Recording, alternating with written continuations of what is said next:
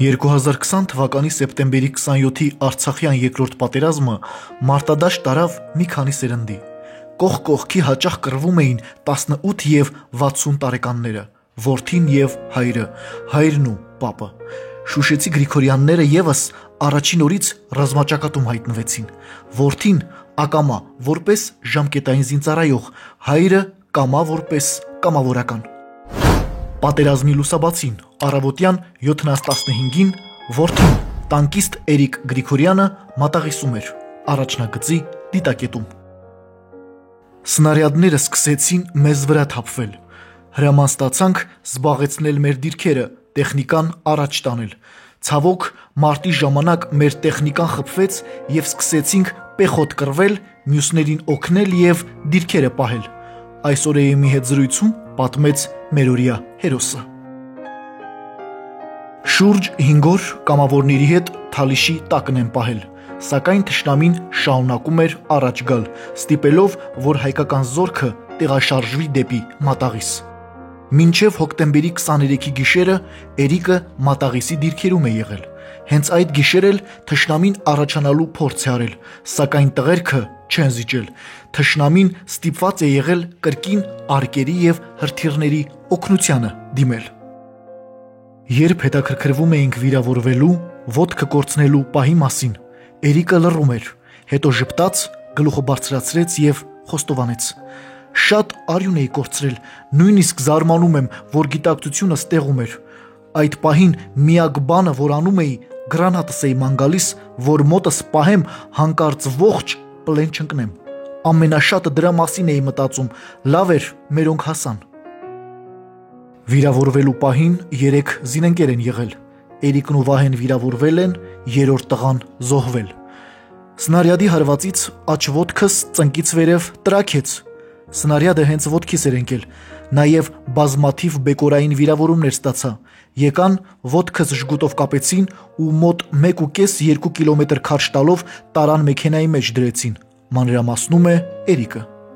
Դրամբոնում Էրիկի ոտքը շտապ վիրահատում են, այնուհետև տեղափոխում Խոջալու։ Վերջնական կանգառը Երևանն է լինում, Էրեբունի բժշկական կենտրոնը։ Երիտասարդ տանկիստը ժպիտով նկատում է, աչքերը փակեց Արցախում, արթնացավ Երևանում։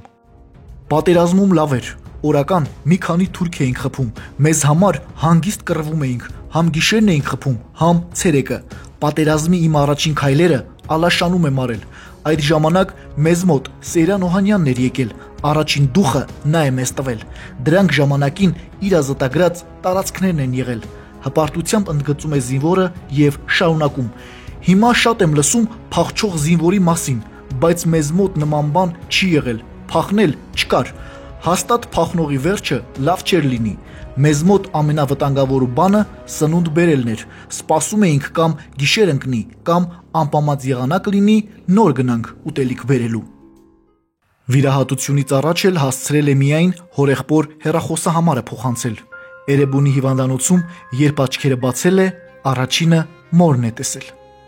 Էրիկի հայրը Արմեն Գրիգորյանը պատերազմի առաջին իսկ օրերից նույնպես ռազմադաշտում է եղել, սակայն հայր ու որդի միայն հիվանդանոցում են հանդիպել։ Պատահաբար Աղդամում, Մատաղիսում և Շուշիում պատերազմած կամավորականը վիրավորվել է նոյեմբերի 5-ին Շուշիի մատույցներում։ Ոտքից ու կոնքից վիրավորվել է, լավ է, հայրս ոտքը չի կորցրել, իր մոտ միայն կոտրվածք է և մանր բեկորներ մարմնում։ Հանգիստ հոգոց է հանում որդին և վերհիշում իր և հոր անակնկալ հանդիպումը։ Ես նույնիսկ չգիտեի, որ հայրս վիրավոր է։ Իմ հիվանդասենյակի դուռը բացվեց և հորս ներս բերեցին։ Հենց ինձ տեսավ, ձեռքով հասկացրեց, ամեն ինչ լավ ա, տոչնի ա։ Նույն պալատում 3 օր ենք մնացել, հետո իրեն իջեցրեցին 5-րդ հարկ։ Ես 8-ում մնացի, ժպիտով պատմում է Էրիկը։ Էրիկ Գրիգորյանը հիվանդանոցից արդեն դուրս է գրվել, հայրը դեռևս այնտեղ է։ Էրիկը նկատում է, հիմա ինքը վիրակապը մշակելու համար է գնում հիվանդանոց, մեկտեղ հորն է այցելում։ Գրիգորյանները բացի Էրիկից ևս 2 որդի ունեն։ Էրիկը կրտսերն է, ծնվել է 2000 թվականի հունիսի 9-ին։ Սեպտեմբերի 27-ից միջնեկ եղբայրը Հայկ Գրիգորյանը, ով զինվորական է, նույնպես ռազմաճակատում է եղել, ավագը Մոսկվայում է ապրում։ Էրիկի ընտանիքը հայրենի Շուշիից դատարկ ձեռքերով է դուրս եկել։ Այնտեղ են թողել տուն, ավտոմեքենա եւ ունեցվածք։ Մեղմ ժպիտով տղան ասում է. «Ես վիրավոր, հերս վիրավոր, աղբերս էլ զինվորական, ով պիտի բերեր»։ Մայրս էլ հոկտեմբերի սկզբից Երևան է եկել, մորաքրոջս տանն է ապրել։ Հարցին պետությունը հիմա իրենց օգնելու քայլեր արդյոք ձեռնարկում է, որտեղ են ապրում, ինչպես, հպարտ զինվորը թեման անմիջապես շեղեց։ Գոնե հիմա պետության մասին չի ուզում խոսել։ Փառք Աստծո, շնչում ենք, ուրեմն ապրում ենք։ Պատերազմում շատ ընկերներ ես կորցրել հարցին պատասխանեց. շատ, գլուխը կախեց մեր հերոսը, մտածեց եւ շարունակեց։ Այս ամենն իմ վրա շատ է ազդել։ Սկզբում չէի կարողանում ուշքի գալ։ Անընդհատ հանգստացնողներ էին սրսկում, բայց քնել չէի կարողանում։ Քնած չէի, սակայն կարծես երազում լինեի, խոսել եմ, պատմել այն, ինչ տեսել եմ, հրահանգել եմ, պառկել, վեր կենալ, կրակել, բայց այդ ամենի մասին չեմ ուզում հիմա խոսել, չեմ կարող։ Էրիկ Գրիգորյանը Շուշիի տեխնոլոգիական համալսարանի երկրորդ կուրսում էր սովորում, երբ բանակ է զորակոչվել, ապագա գյուղատնտես է։ Պատերազմը Էրիկից շատ բան տարավ։ Հիմա հարազատ Շուշիից հեռու է, գլխավերևում սեփական տանիք չունի, ոտքը անդամահատված, բայց ոգին տեղում է, նպատակները անփոփոխ։ Նպատակներս նույնն են մնացել, չեմ էլ պատկերացնում, որ ոտքս կորցրել եմ, նույն մարդն եմ մնացել։ Մենք մեծ հողատարածքներ ունեինք ու մտածում էի իմ գործով Շուշիին էլ օգուտ կտամ, քաղաքը եւս մեկ լավ գյուղատնտես կունենա։ Բայց հիմա մեր քաղաքը, մեր հողերը մնացին Թուրքին, նույնիսկ ծառայությունից առաջվա մեկ նկար չունեմ, ամեն ինչ մնաց տանը։